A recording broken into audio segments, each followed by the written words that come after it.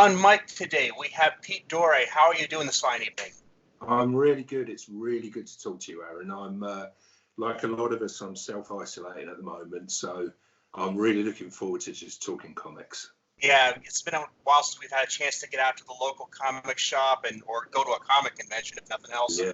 And it's time to. So I met you when you were on Twitter talking about a project you had coming up. You were a friend of a friend of a friend. Yeah. And I see this guy who is about to do a run of comics with Jack Kirby and Stan Lee as action heroes. I'm like, I have to get my hands on this. Yeah, you went crazy, didn't you? Yeah, it was a fantastic idea, and when I read it, you knocked it out of the park. I love the little.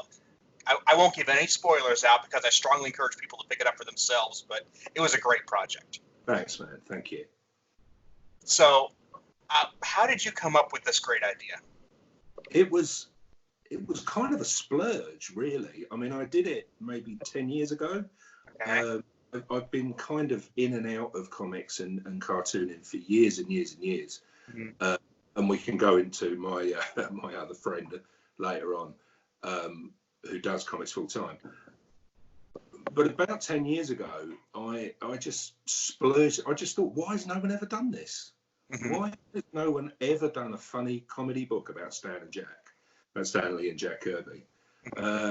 And I literally spewed out 3 issues in a couple of months, printed it up on Lulu, which of course cost me a fortune. Because back then I didn't know what you could do, where you could go, and I gave it to my friends and kind of forgot about it. And then recently I stopped drawing for quite a while because life kind of got in the way. And my friends were kind of like, why don't you start drawing again? Start drawing again. We will just nag you until you start drawing again. So I said, okay, yeah, let's print it up. So I've redrawn some of it. I've relettered all of it, and I've rewritten some of it. But yeah, the short answer is, why has no one ever done this? I want to read this, so I'd better do it. Mm-hmm. Well, the cool thing is, I don't think there's one for Jack Kirby, but there is a Stan Lee action figure out there. Yeah. So you already have an unofficial action figure line for your comic. Yeah, and in fact, Comic Book Couples Counselling, who also follow me on Twitter, they sent me a picture because they bought it, and they put it up on their shelf next to 2 busts of Stan and Jack. Nice. And I was like, that's fun, because loads of people have been sending me photos of themselves with it, which is wonderful. And that was the one. That was the one for me. That was brilliant. Well, I might be about to endanger our very new friendship here by telling you that I love Jack Kirby's work, but I'm most fond of what's widely considered to be the ass end of his career. Okay. So I love the Superpowers series, and I love Jimmy Olsen comics like you wouldn't believe. The Fourth World Jimmy Olsen. Yes. Yes, it's fantastic. Okay, so you're a fan. Okay. Yeah, it's absolutely fantastic. I've struggled with Superpowers, but to me, if it's Kirby, even if it's end of career Kirby, and let's not forget, he had a stroke at that point, didn't he? True, yeah. Something like that. I'm not sure the details, but yeah. Yeah, and I think, even at that point, you go, it's Kirby, so it's automatically interesting. Mm-hmm. But Jim Olsen is unbelievable. I mean, sorry, go on. No, go right ahead. I mean, you're the guest. I won't. No, I was just going to say, when I was a kid, I was just blown away by that stuff. Every issue, I was wow. As an adult and as somebody who's trying to create my own stuff, I literally sit there in amazement and go, how did you do that? Where did that come from? But, he was a genius. Mm-hmm. That's where it came from. Yeah, I love the Jimmy Olsen comics. If I could pick one series that I want to have a complete run of, it's going to be that one. Yeah. It's somewhat attainable, even if it's a couple issues are kind of pricey, but not too much in the grand scheme of things. I picked up one a couple years ago, just a good-looking comic. I thought, hey, I want to bring that home. And I got home and I realized this is the first appearance of Darkseid in a Jimmy Olsen comic. Yeah. So I love Kirby. So what are your favorite Kirby comics? Let's go there. The whole of 70s DC. Okay. I over here, as I said in when I was talking to Shah on his podcast, we had the Mighty World of Marvel over here, which was a weekly reprint comic, which reprinted the FF, the Hulk, and Spidey from the very beginning. So we were buying that stuff weekly, but that happened at exactly the same time that the Fourth World was just coming to an end, and he was starting Commandian OMAC. And as much as I loved the Silver Age Marvel stuff, although we got it in the Bronze Age, that DC stuff is, again, you run out of superlatives, don't you? Because it's just incredible. The amount of creativity, and even one issue of Jimmy Olsen, as I've said before, people now would take 20 issues to do what Jack did in one issue. Yes. So many ideas on every page, really. You know, I am literally in awe of the guy. And when making this comic, I mean, there were a lot of nods to his style, his influence, in the obvious ways. You know, when you're bringing in other characters and but just the little artistic touches here that it's like, that's something Jack would have done. That's a comment Stan would have made. I don't want to focus just on Jack because, I mean, you hit all of them pretty well. Thanks, yeah, and deliberately so. And because it's fun, you know, again, you know, I don't think it's spoiling anything, but there's the page where there's all four of them. There's Gil Kane, Wally Wood, Jack and Stan, and each of them is drawn in their style, except Stan can't draw, obviously. And that was the most fun page to do because I was like, great, I get to draw Gil as a Gil Kane character, and I get to draw Wally, and I get to draw Jack as the Thing.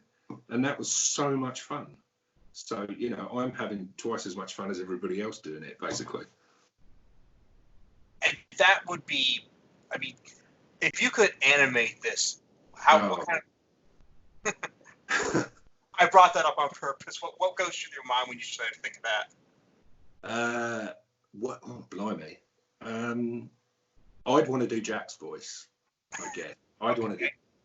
Because my kind of idea was like, obviously, you know, as you know, I thought, okay, Stan is going to talk like Stan. He's going to be full of pulse-pounding pronouncements, Pilgrim. Jack, I figure, talks like Ben Grimm with a bit of Nick Fury. So he's got kind of, and people used to say that he kind of looked like Jimmy Cagney, didn't they? So I see, apart from the fact we all know what his voice sounded like, my Jack would be gravelly and yeah, fuck off, Stan, you know, that stuff. So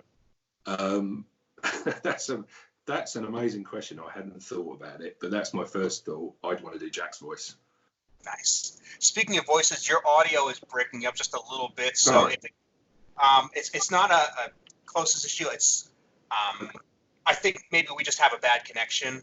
Okay. Which, given all the bandwidth we're all using at home right now, that's not super surprising. Okay, well, if you want me to go over anything again, obviously that's fine. I'll let you know, but just want to give you an FYI. Okay, by the way, I love your Batman outfit. Well, thank you. It's just trying to keep cozy in this time. Yeah. So, yeah, go on, carry on. No, go ahead. Yeah, let's do it. Let's do some little half-hour shorts, anybody out there, of Stan and Jack, because...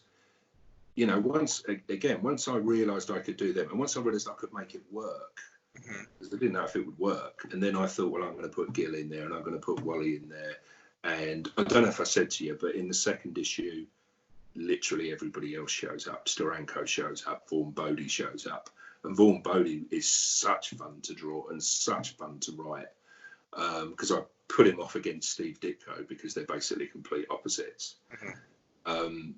So. Yeah, let's animate it. Let's do a different one each week. And this week it's Vaughn and Steve antagonising each other, and next week it's Steranko doing whatever he's doing. You know, that'd be great. I ordered the first issue. I haven't gotten to the other two yet. I do plan to for sure. Well, I haven't printed them yet. I'm about. Yeah. Because I printed them. Got to give Rich a plug. I went to Rich at Comic Printing UK over here.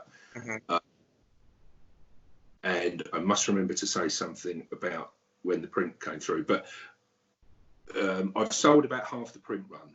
When I get to about 3/4, then I'll print the second issue, because I think you know, luckily, most people like yourself have gone, yeah, when's the second issue? So I really do want to get it out there, but I want to sell just enough to make it worth my while, obviously. Gotcha. But the interesting thing I was going to say, and I think this is one of those weird cosmic coincidences that as comic fans we all love. When Rich printed it and it came through the mail to me, it turned up on the anniversary of Jack's death on that day. And you know, maybe it's me being slightly over the top, but it was almost like Jack was going, "Go for it, kid." Which is exactly what he'd say. I think so. I think he'd love it. I think they both would. I mean, Jack never ever took. He never hesitated to put himself in the spotlight, which is a part of the story that you wrote there. Yeah. Did you ever get a chance to meet him or any of the others in person? No, unfortunately not. I mean, weirdly, when we were kids, we didn't know we could do that. In the UK, we lived in a tiny little town in Suffolk, about 30 miles from Cambridge. We had no idea you could go to conventions and meet people. We had no clue. I mean, in the last couple of years, last year I was at Portsmouth and I met Roy Thomas and Steve Englehart, who were both lovely, of course. And then the year before that, I was thrilled to be allowed to interview Don McGregor.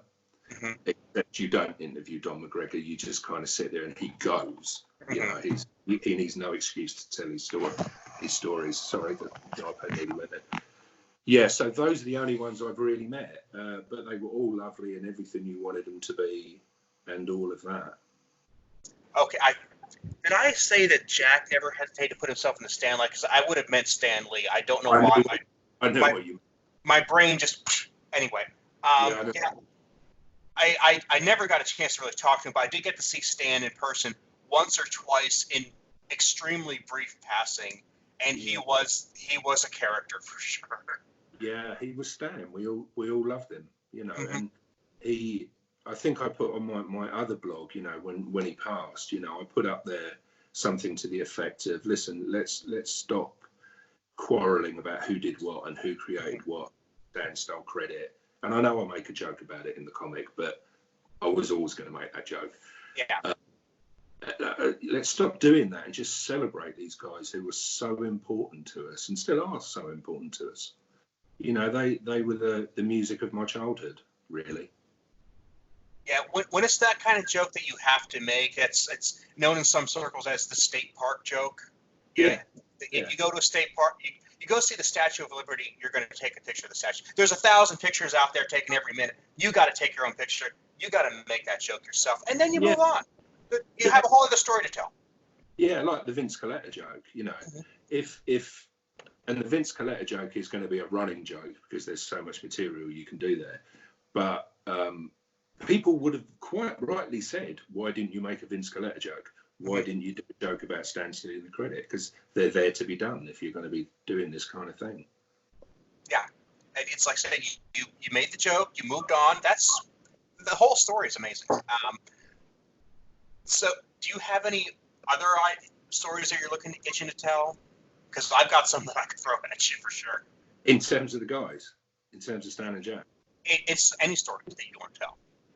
Because this is a concept you could roll with. Oh, yeah, completely. Yeah, well, I mean, I can talk you through the next 6 issues if you want, Aaron. Because we got time. Yeah, sure. I mean, basically, like I said, I've got 3.5 issues done, which I did way back, and I've rejigged and relettered. So, as you know, the first, it's not giving anything away. I'll just move it because it's on its side. The first 3 issues, Stan and Jack and Gil and Wally and Steve all kidnapped by this mysterious figure. Next issue, as I say, pretty much everybody else shows up. They've all been kidnapped as well, so they have to find out what's going on. That takes 3 issues. The 4th issue, Jack gets stuck in the consciousness of Steve Gerber. So we have this fun thing where, you know, I've got a line where they're in Steve's apartment and Jack says, "You got no stogies, you got no cigars. We need to go out and get some cigars." And of course, Steve Gerber, the ultimate paranoid, is saying, "No, I can't go outside. I can't go outside." And Jack says, like, get a grip, kid, get a grip. Well, what kind of comic book writer are you anyway? Steve, of course, says, the neurotic kind. What other kind is there? So that takes issue 4. Issue 5 will be Barry Smith and John Buscema as barbarians, both fighting each other. So everybody gets stuck in the Hyborian age. And then issue 6, that might even last 2 issues, to be honest. And then I've kind of gone down the line and gone, who haven't I done, you know? So, and then issue 6 will be a horror issue with Bernie Wrightson, which will be called Giant Size Stan Thing. And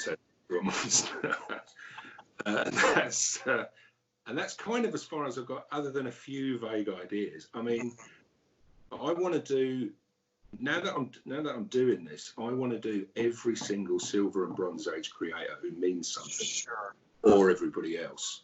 So you tell me, who have I missed out? Who should I do? Well, see, I couldn't even start to think of who belongs in the pantheon of the Silver and Bronze Age, but being an 80s, 90s kid, I immediately say, okay, what if you were to take the same project and just move it up a couple of decades, getting off of Mount Rushmore, maybe taking some of the, I see Bruce Timm. I would like to see a Bruce Timm as Bruce Timm. I would like to see a Carl Kessel. I mean, I could definitely see those guys just... I could do that. I could just move it along. Yeah. I mean, again, God love him because he plugged the book, but Rob Liefeld, I'm never sure how to pronounce it. Is it Liefeld or Liefeld? I thoutt it was Liefeld, but I could be wrong. Sorry, right.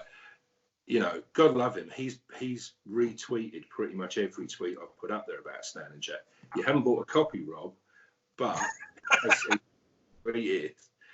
So I want to do him. But again, the obvious gag to do with Rob is that he's got no feet because he can't, because everybody says that. So I figure draw. Yeah, no, I like his stuff. I really do, honestly. I do. No, I thought that, but feet are hard to draw. He's probably better than I am. Yeah, they are, as are hands.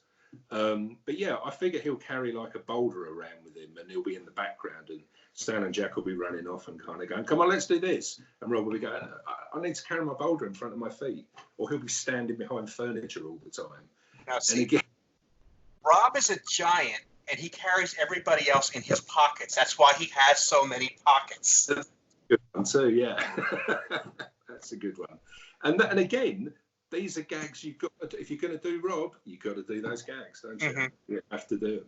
But yeah, absolutely. I mean, if enough people buy it, by the time I get to the 6th issue, if this horrible thing we're all dealing with ends, which it will, by 7 or 8 or 9 or 10, yeah, let's do the 80s and 90s, guys. Why not? Let's do them. They have their fans too. They might not be the legends upon legends, the masters of the universe that Stan and Jack were, but they have their fans that would love to see that little fan service. I'm their fans, I like Rob's stuff, and and God bless him, he's pumped my stuff out there. So yeah, let's do it. Let's do it to anybody, absolutely anyone.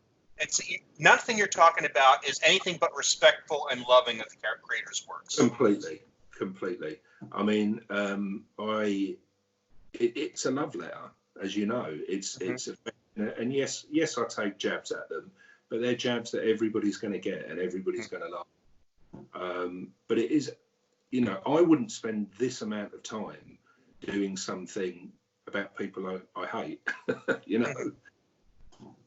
And if you didn't like the work, if you thought it was garbage, it would be way too easy to just say, this is crap, and make jokes about how crap it is. And that's not going to be a fun story for me to read. This is a fun story for me because you're doing it out of love. Exactly. And I'm not that sort of person, as I said to other people, I never, ever slag off other artists or writers or pros or anybody, even if I don't like their work. Because I know how tough a job it is. I'm not doing it full time. Because what I was going to say, and I should mention it because he'll get annoyed if I don't. One of my oldest friends in the world is Sean Phillips, who you obviously know, and he works his arse off You know, he doesn't need to self-isolate this week. He's already been self-isolated. Mm-hmm. You know, I mean, he calls his studio the cupboard. You know, daylight for months. So I know how tough a job it is. So I would never say a bad thing about any other artist or writer. No. And like I was saying about his feet, I can't draw feet. So it's dumb for me to, criticize him for his yes, I can't do it. He's better than I am. Yeah, well, I think that's what you see on Twitter, though. I mean, you don't see it in our little corner of Twitter with yourself, Shah, and various other people who we talk to. You don't see it there because we're all very respectful. But you do see it sometimes where people are like, oh, he can't draw, he's shit, he can't write. Well, you try doing it then. Uh-huh. You know, it ain't easy. That's the point I brought up a lot of times when people, they get that first punch of criticism and they're like, man, this person really doesn't like what I do. And that all they do is troll me. I'm like, people who do that, I have said many times, they've not accomplished anything themselves. Absolutely. You know how many times I've been wrong on that? Never. Never. Never. I'm waiting on the first. Yeah, never. Because even if you produce something and it's not very good, mm-hmm. or it's not very well drawn, as far as I'm concerned, if you had the intention and you took the time and effort to do it, you deserve a round of applause anyway. Yeah. It's good. That's a bonus. Mm-hmm. And especially at the way the world is now, the tools to do it are cheap. The education is free. You just have to put in the time and effort. Yeah, totally. I like everybody, I look at my stuff and wish I was a better inker, or I wish I could draw feet, or I wish I could do hands better. But I'm training myself to do that better. That's the job, isn't it? Yes. And if you're not to do that and you just want to slag somebody else off, well, I'm not interested in you. Yeah. I mean, you take, one of Kirby's really early comics, and then one of the things he did very late in his career, and you compare them, you can see his progress, you can see his growth. Yeah. Jack Kirby grew, your ass can too. Yeah. But the amazing thing, one of the many amazing things about Jack, as I think somebody said on that Kirby documentary, if you look at his 40s stuff, his 50s, 60s, 70s, 80s, it kind of looks like a different artist. He didn't just grow once, he grew 6 or 7 times, mm-hmm. and he was better each time. But then, as I say, he was a genius, and I do truly believe that. He was one of the few geniuses we've had on this planet. Yeah, and the genius who decided to spend his time making comic books because that art form needed a genius. It needed many. He was one of them. Yeah. And I think we've, we've moved on, and we got the movies, and people are reading comics. But I think, sadly, when he died, we did lose something. We lost something quite huge. Mm. And it's a shame people don't know about him. But, I make a point of telling people about him as much as I can. Sure. It's weird right now because we have so many movies and TV shows that are they're costing millions. They're making billions. Mm-hmm. And while I love that, it's like we've lost an appreciation for those people, and we're getting this almost synthetic feel in the cinematic universe that doesn't feel like the victory it should be. Does that make any sense? Yeah, it does. I can see that, because obviously these films are made by a whole bunch of people, and the thing that you and I and all the rest of us, I think, love about comics is the fact you've got 1 or 2 people telling you a story. Mm-hmm. And that's their vision. Yes. And I do, people overuse the word vision these days, but that is literally what you're getting there. As I say, you're an 80s and 90s boy. I'm a late 60s, early 70s boy.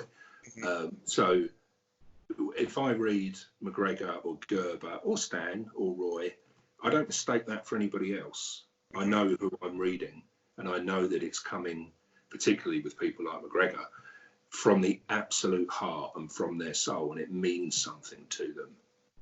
And that's why they mean so much to me. Exactly. I think that's the key right there, is that it becomes one person or a small group of people who work together, who think together, who just said, let's make this a really cool story, as opposed to a corporation who has partnerships they have to appease. And I understand the place for that. I don't want to say that doesn't belong in the world, because it totally does. But I mean, just to be able to have, you know, 3 people say, you can write, you can ink, and they put out the stories that inspired all this. Yeah, yeah. And even when you see, you know, you can see Jack and you can see all the other guys in movies where you don't expect them to see. I mean, I was saying the other day, like the airplane movies, what are the airplane movies other than live action Mad Magazine? Yeah.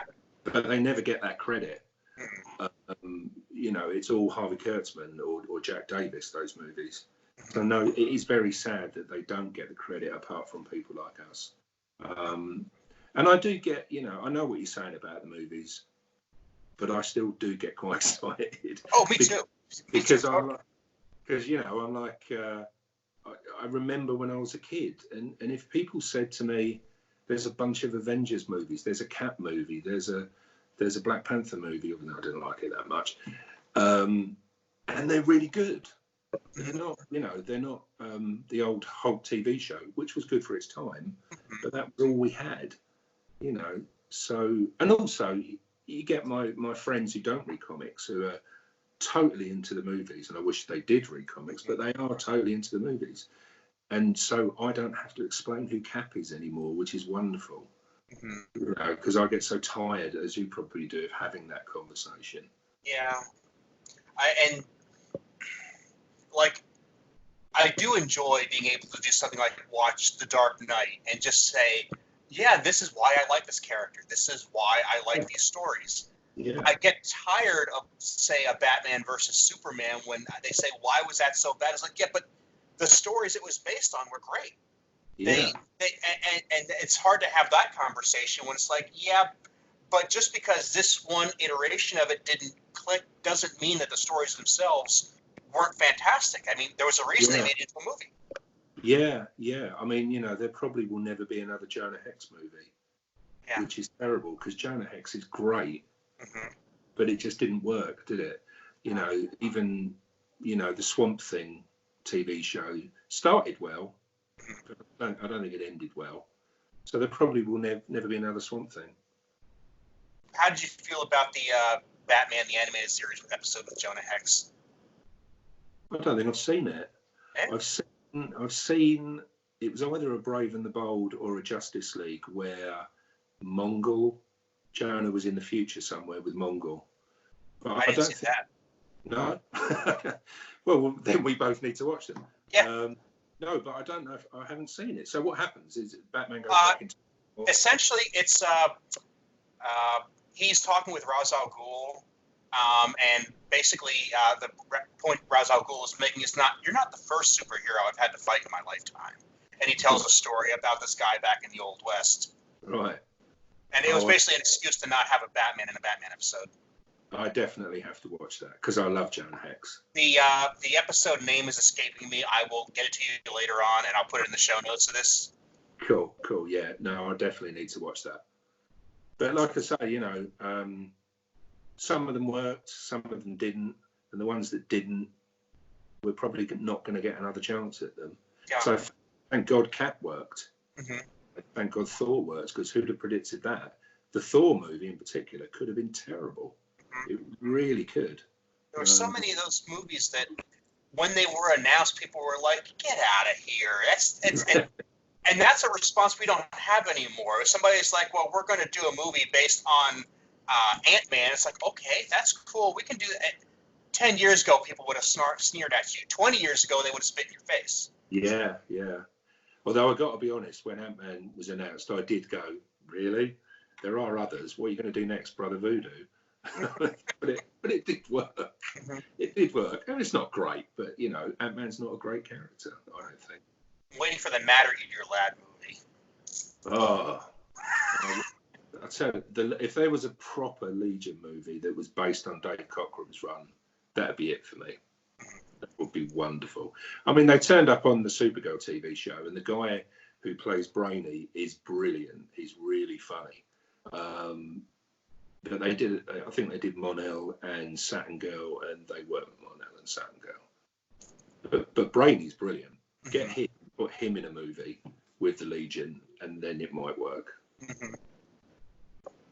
That was one case where I think DC definitely made a misstep, as they tried too hard to separate one iteration of a character from another. They made so many good movies and then so many others, and they're like, well, we have to reboot it because this character doesn't belong with that iteration, and the fans are like, no, we don't need you to do that. That's okay. Just make a good movie. That's all we care about. Yeah. I mean, I'm with Bob Haney. I'm not a continuity freak at all. If you tell a good story, that's literally all I'm interested in. I don't care if it's continuity. I really don't. Well, there have been so many continuities over the decades. I mean, Batman has been rebooted at least 2 major times in my lifetime alone, much less going back 50 years before that. Yeah, and the Legion, what is it, 4 or 5 times now? Mm-hmm. I've lost track. I've lost track. But I just kind of go, okay, that's a Legion, but it's not the Legion. Well done. My Legion's back with Dave Cockrum. That's. Mm-hmm. And I found it very easy to just kind of pick a point and say, this is the comic world I concern myself with. Everything after that, or everything, I'm just not going to worry about it. I don't have that kind of free time. No, me neither. And again, as I said before, I do buy modern stuff. I do buy Daredevil. I do buy, I can never pronounce it, Usagi Yojimbo. Is that Usagi Yojimbo? That's how I say it. Yeah, and I think that guy is one of the greatest cartoonists ever. And Strangers in Paradise I read. There's all kinds of modern stuff I read, but particularly when you're talking about the Marvel and DC stuff, I look at it, and as good as Daredevil is at the moment, and it's very good, it's not my Daredevil. I just go, yeah, it's kind of somebody who looks a bit like Matt, and he's doing what he's doing. And as I've said elsewhere, that's not Chip's fault. That's my fault, because I know where I want to be with Daredevil, back with Frank Miller and a little bit earlier. I have a theory, and I don't think I've ever said it out loud, so you're going to be the first person to hear it. I don't think it was Doomsday that killed Superman. I think it was the cell phone. Because if you look at most of the early Superman stories, and like especially in the George Reeves TV show, or even the Christopher Reeve movies, the story is based on one person in one location having information the other person in another location means. And if they could just get that from point A to point B, there's no need for Superman. But that's most movies, isn't it? That's most movies before cell phones. I mean, I remember watching last year sometime. I was off work sick, and I was watching Kojak in the afternoon, which I hadn't seen in decades. And the whole plot was about the fact he couldn't make a phone call. He was just running around New York. Is your phone working? No. And off he went somewhere else. That would be a 5-minute episode now, wouldn't it? That's become the part of the reason I don't read much of the modern Superman, is that I don't see the relevance of Clark Kent as a reporter in the era of the internet. It's that the Daily Planet is not what it was 10, 20, 30 years ago. Yeah. Although, interestingly enough, I literally this afternoon was reading. I'll show you because it's in front of me. I was reading a old copy of Comics Feature, which is an interview with Carrie Bates in it about this time he was doing Superman, and he was saying about when Clark was working for TV. I forget what the channel was called. WGBS. Right, and he was saying, well, we did that because kids don't know what newspaper reporters are. And so it must be very difficult for the writers now to figure out a way to make Clark work. Although they did say there was that thing on Twitter where somebody said, how do you make Superman relevant? And we all went, he couldn't be more relevant. He's a refugee. Superman is certainly relevant. And that goes without saying. It's Clark I struggle with. Yeah. But I think everybody struggled with Clark slightly, haven't they? I mean, again, Carrie Bates says in that interview, in his opinion, Clark is a completely different personality. He's not just a disguise that Superman wears. I kind of go along with that, under a good writer. But obviously, if you've been around since the 30s, there's a lot of bad stories, isn't there? There's a lot of there's a lot of takes that really didn't work. But then I think if you take Batman, I am sort of the opinion that Bruce Wayne is a disguise that Batman wears. I think the real personality. Clark and Superman, I don't know. I'm undecided. There was a panel floating around the internet, not a couple of years back, I guess. I don't know what comic it's from. If somebody could let me know, I would appreciate it. But it was from the scene where the Justice League members first confide their secret identities to each other. And to do this, Wonder Woman puts out her rope, and they all hold it so they know they're speaking the truth. And one says Hal Jordan, the other says Clark Kent, the next says Diana Prince, and Batman says Batman. There you go. I wasn't even aware of that. So whoever completely agrees with me. Nailed it. Yeah. I think that's true. I think that is the element of the character, or the main element of the character, I should say. It works. Like the slight dip in voice that they did in the animated series when he would be Batman versus Bruce Wayne. Kind of got away from that toward the end. Well, Kevin is the best Batman, isn't he? Oh yeah. He has the voice. 100%. He is Batman. Yeah. I've never really been satisfied with any of the actors. I mean, you mentioned The Dark Knight. I'm slightly ambivalent about The Dark Knight, to be honest with you, because I don't know why. Actually, I don't know why it doesn't work for me. The first one mostly does. I don't know. What do you think? What? The Dark Knight to me is the quintessential Batman movie. It was exactly what I wanted it to be. I would say it's the best comic book movie ever, but that's the first Christopher Reeve Superman movie, and nothing will ever replace that. That is an untouchable movie. But a close second would be The Dark Knight for me. Right. Why?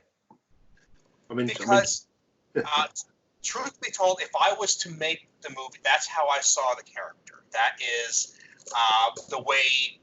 I wish there was a little more detective stuff in there. That might be the slight flaw I could see in there. Yeah. But the fact that it was clear that it was Batman pulling the strings throughout the whole thing, the scene where he has to stop the scene where he's trying to stop the car so he crashes the Lamborghini. That's a Batman move. He's dressed as Bruce Wayne. That's a Batman move. Yeah. Batman is always pulling the strings there. I like the fact that he basically made a little spy op to get the guy out of Hong Kong. He was sneaky. I will tell you exactly how I knew this movie was in. It was the first scene with the Joker. And I'm going in like, I don't know about Heath Ledger. I don't like the way the Joker looks. I don't think anybody could really approach Mark Hamill for me. I'm very uneasy about this whole thing. And then got to it. He killed a guy as a joke, and it's like, that's my Joker. Yeah. Oh, he nailed it right there. Yeah, he was the Joker, and particularly because he was telling different versions of his origin. Because for me, the Joker, you don't know who he is. You don't know where he came from. He just is. And that's something a lot of people didn't grab. It's like, well, no, he said he did. Like, no, every time he told a story, it contradicted the last story he told. Yeah. He has no backstory. That's what makes him terrifying. That's what makes him the most terrifying Joker ever. Is he could be my neighbor. He could be my coworker. This guy has no identity other than he wants to kill you, and he will do it for a laugh. Yeah, and that's terrifying. Yeah, I had the exact same conversation with my friends, my non-comic friends who went to see it with me, because they said exactly the same thing, and I said, no, you totally missed the point there. So there is stuff I like in them. I like the Joker. I like most of the first one. I don't really like the third one. I think the problem that I had with the first one was the very ending where he says to Liam Neeson, I'm not going to kill you, but I'm not going to save you. Well, then you just killed him, haven't you? Yeah, that was a little weak. That's not bad. But having said that, I mean, that last line in the first one where Gordon says, "I never thanked you," and he says, "You'll never need to." I was like, yes, that's Batman. That is Batman. So there was enough that I liked. Yeah. I'm not going to save you line. I like that a little better than the way the 1989 movie ended, and that was something that had bothered me a lot too. Because I talked to my non-comic book friends who were always comparing the first Christian Bale movie to the Michael Keaton movie, and they're like, "Well, I love the Keaton movie because he kills the Joker," and I'm like, "No, he didn't kill the Joker. The Joker died as a result of their fight. It's not quite the same thing." Yeah. And him saying that to Liam Neeson meant, okay, he's made a little bit of a distinction there. It wasn't the audience didn't get completely the wrong idea, which they did in the previous movie. Right. So for me, I kind of took that as, okay, it's a better way of it than he killed him, right? No, he didn't do that. Okay, that's a fair point. As I say, they're not my favourite ones. I think if pushed, I would say probably the first Cat movie is probably up there. The first Guardians movie, and the Avengers movie. They're probably the best for me. It's interesting how, and I don't know if you've noticed it, but the second ones all seem to be a bit flabby and a bit. They're almost like the difference between a cheesecake and a huge great trifle. It's like, especially the second Guardians, it's just too much. It's too much. It doesn't need to be 2+ hours, and it just because the first Guardians was a heist movie, as we know, and that was it. And it was simple, and it worked. And the first Cat movie was fairly simple as well. When they feel like they've got to give me more, I don't necessarily want more. Mm-hmm. I see what you're saying, but I actually like the second Cat movie better than the first, and I like the first a lot. Oh yeah, no, sorry, yeah, the second Cat movie is up there as well. It's fantastic. Yeah. And I would say I like the first Cat movie specifically because it was a period piece, and I have a strong interest in history, so that was different and cool for me. Yeah. But the second Cat movie just has a better story. Period. Yeah. I mean, you take the period out of it, it's just a better story. Yeah, it's fun. Yeah, actually, you're right. Winter Soldier is the best one. You're right. That's not flabby because it's all about Cap and Bucky, and it works brilliantly. And I think most of my non-comic friends would say that's the one they like the best as well.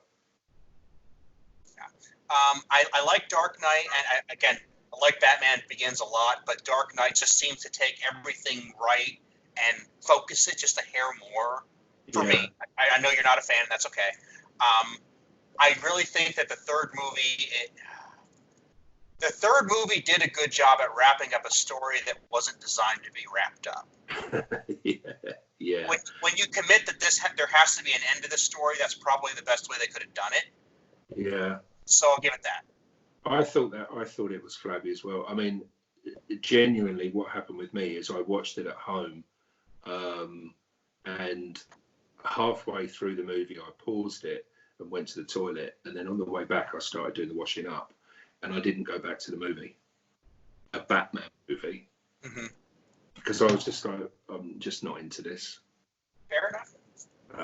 But I get that people are, lots of people say, that trilogy is the greatest comic trilogy ever. And I get if people feel that. I do. But I don't. But then people love the Black Panther movie, and I don't really like that much either. I like that one a lot. I will often get a little flack for saying that while I like the Captain America movies and the Iron Man movies, I don't really dig the Avengers movies per se. Okay. I watch them because I want to keep up with the story, and they're all right for what they are. But like you said a couple minutes ago, it's too much. There's so much going on. The stories kind of paint by number, to be very honest with you. They're getting, they are, yeah. I find the deep dives into the characters and all the cameos in the individual movies much more rewarding. Yeah. No, I can see that. But again, I'm still kind of like, a 5-year-old kid going, "There's an Avengers movie, and it's really good." Yeah, no, I get you. We couldn't dream.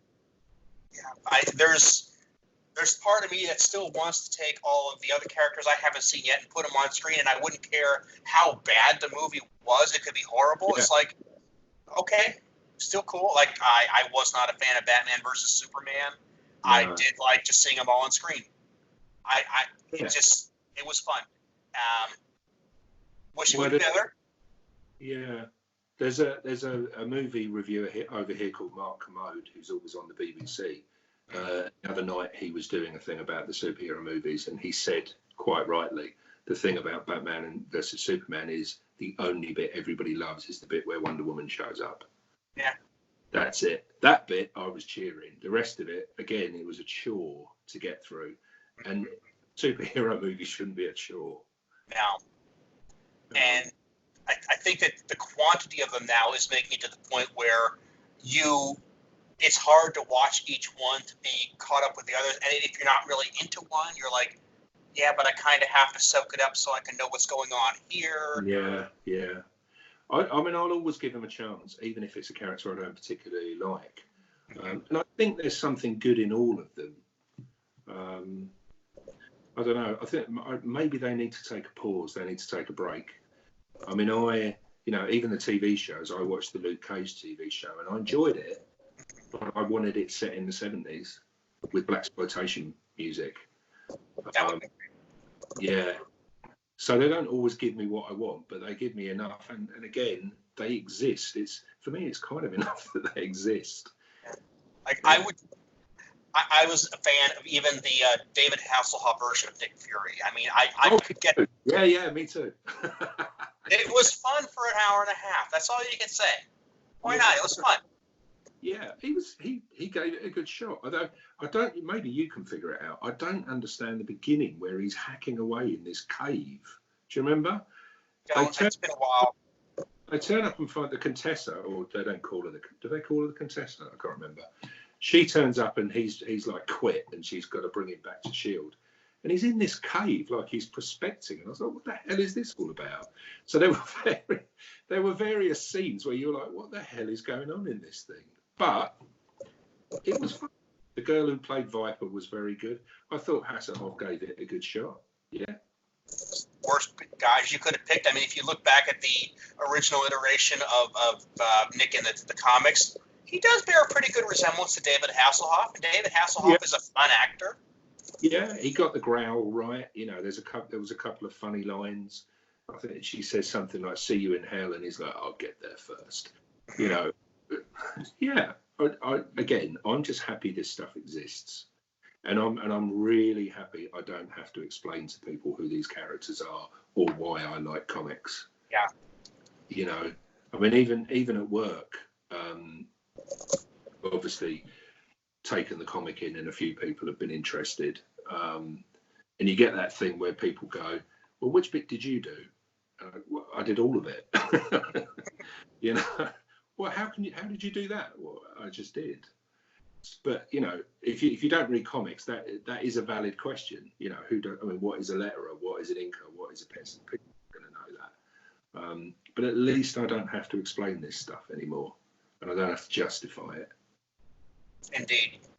And that's probably the best place we could possibly leave this. So, Pete, I'd like to wrap this up here while we're still ahead. Definitely want to talk to you when I get a hold of the other two comics, or maybe in between if we get a couple minutes. Anytime you like, yeah. So where can people find these awesome comics, and where can they follow your adventures? Cool. So I'm on Twitter all the time, obviously.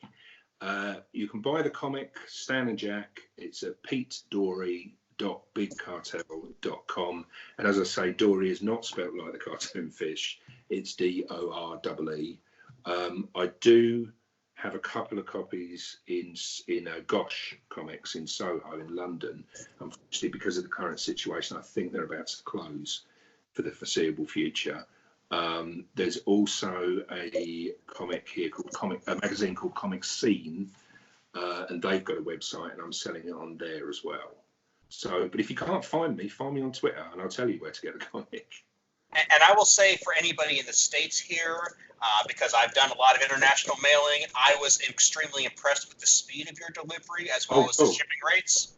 Cool. So, yeah. I mean, you will not feel like you're getting ripped off just because you're buying from another country. Trust me, it's worth the pittance you're charging in postage. Oh, completely, because I'm not making any money on postage at all. Yeah, I will vouch for you on that. Yeah. And as you say, I'm really glad it got to you really quickly. I don't know what the post is like at the minute, obviously, but I sent to somebody in Canada on Thursday, and I did say to him, please tell me when you get it, because at least I'll get an idea, because I don't want people to feel that they're waiting for weeks and I'm letting them down. You know, if you buy it, I will get it to you the next day, or at least I'll go to the post office the next day. Sure. Yeah, so I just want to vouch for you on that. Okay, Pete, I will talk to you really soon, and thanks so much for being here. Love to have you back. Yeah, anytime you like, Aaron, honestly. Thank you. See you.